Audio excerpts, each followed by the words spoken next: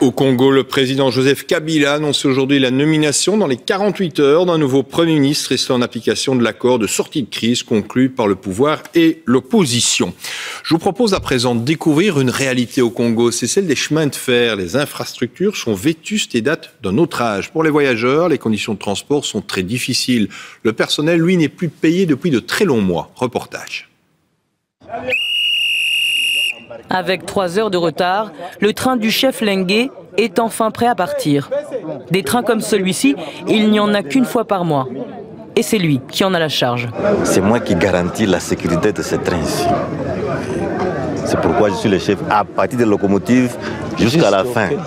Donc c'est moi qui dirige cette histoire. Une histoire qui va durer 30 jours pour un trajet de 1500 km. Départ Lubumbashi, arrivée Kindu.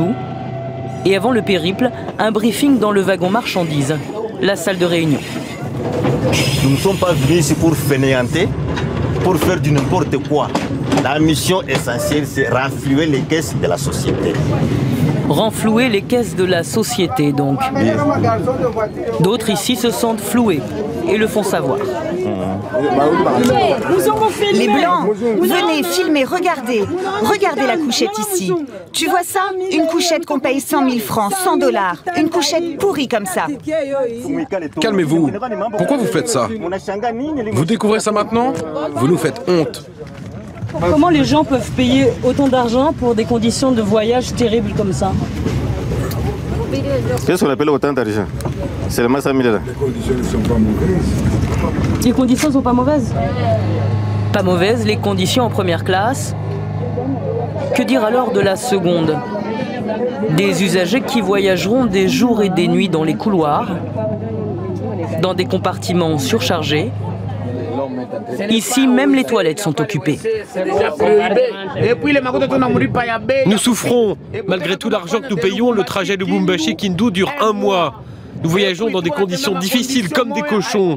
Le Katanga est très riche, mais nous, les Katangais, on voyage dans de mauvaises conditions. Les wagons datent d'un autre âge. Idem pour les locomotives. D'ailleurs, au bout d'1 heure de trajet, le train s'arrête subitement. Qu'est-ce qui se passe? Le moteur est en surchauffe, au bout de 40 km seulement. Il y a toujours des problèmes qui surgissent pendant notre marche. C'est comme ça.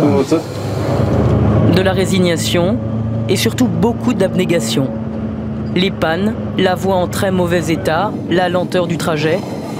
Daniel, dans ces conditions, peut conduire 48 heures sans être relevé, en étant payé 4 fois par an, environ 400 $ en tout. Ici, nous travaillons comme des esclaves. Vous travaillez, mais on ne veut pas. Si nous réclamons en vos licences, on peut même vous arrêter. On est en train de nous faire souffrir, de nous menacer. Nous travaillons comme des esclaves, c'est tout. Lui totalise près de 10 ans d'arriéré. Les mines de cobalt et de cuivre défilent à travers les vitres. De quoi le rendre encore plus amer. Tous ces minéraux, où va l'argent? Il y a des personnes qui mangent, mais tous les autres laissent comme ça. Nous sommes dans un pays riche au monde. Riche, très riche encore. À 80 km du départ, après 7 heures de route, le train restera immobilisé 2 jours pour réparation. Nous avons tenté de rencontrer le directeur de la Société nationale des chemins de fer à Lubumbashi. Il n'a pas donné suite à nos demandes répétées. Étonnant.